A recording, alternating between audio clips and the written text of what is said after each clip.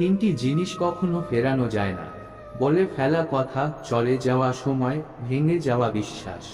আগেকার দিনের মানুষ মিথ্যা বলতে ভয় পেত পাপ হবে বলে। এখনকার দিনে মানুষ সত্য বলতে ভয় পায়, বিপদে পড়বে বলে। পৃথিবীতে সব থেকে আপন হলো চোখের জল, কারণ তুমি তাকে সুখের সময় না পেলেও দুঃখের সময় পাবে। নমস্কার দর্শক বন্ধুরা, আজকে আপনাদের সামনে যে বিষয়বস্তু নিয়ে আলোচনা করব তা হলো, যাদের রাগ বেশি তারা কেমন ধরনের মানুষ হয়। অবশ্যই ভিডিওটি শেষ পর্যন্ত দেখবেন।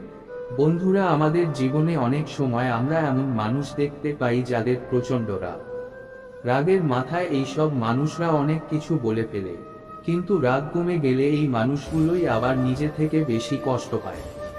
রাগের মাথায় যারা উল্টোপাল্টা বলে দেয় তারা সত্যিই ভিতর থেকে খুব ভালো হয়। সমস্যা তো হয় তাদের নিয়ে যারা রেগে গেলে চুপ করে থাকে, কারণ তাদের রাগটা বাইরে বেরিয়ে আসতে পারে না এবং এই রাগের বহিঃপ্রকাশ কখন কিভাবে হবে সেটা কেউ জানে না। তাই রাগ হলে প্রকাশ করুন, কিন্তু সেটা নিয়ন্ত্রণে রেখে। নরম মাটি বিড়ালে আঁচড়াতে ভালোবাসে।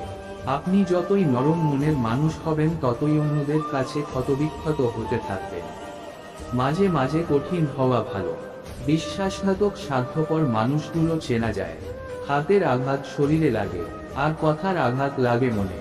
ইনকাম না থাকলে একটা সময় পর নিজের পরিবারের সাথে থাকাও কঠিন হয়ে যায়।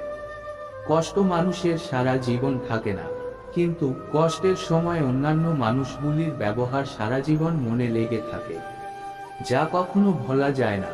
মন শান্ত করে জীবনের এই মূল্যবান উক্তিগুলি এক মনে শুনলে আপনার জীবন অবশ্যই বদলে যাবে। সকল ব্যক্তির মনে হয় দুঃখ খারাপ, যখনই আসে কাঁদিয়ে যায়, কিন্তু আসলে দুঃখই হলো ভালো, যখনই আসে কোনো কিছু শিখিয়ে যায়।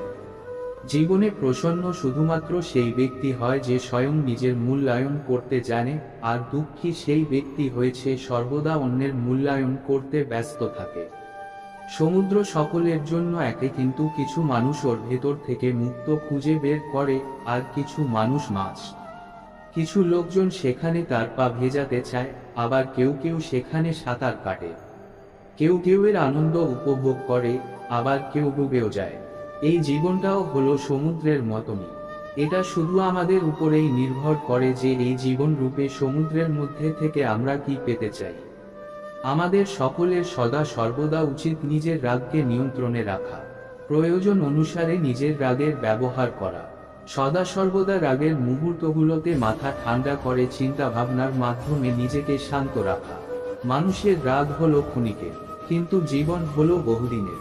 তাই শুধুমাত্র ক্ষণিকের রাগকে জিততে দিয়ে নিজেকে খারাপ মানুষ বলে অন্যের কাছে গণ্য না করানোই ভালো। আশা করি বন্ধুরা এই ভিডিওটি আপনাদের ভালো লেগেছে। যদি ভালো লেগে থাকে তাহলে একটি লাইক, কমেন্ট আর চ্যানেলটি সাবস্ক্রাইব করবেন। ভালো থাকুন, সুস্থ থাকুন। নমস্কার, ধন্যবাদ। ঈশ্বর আপনার মঙ্গল করুন।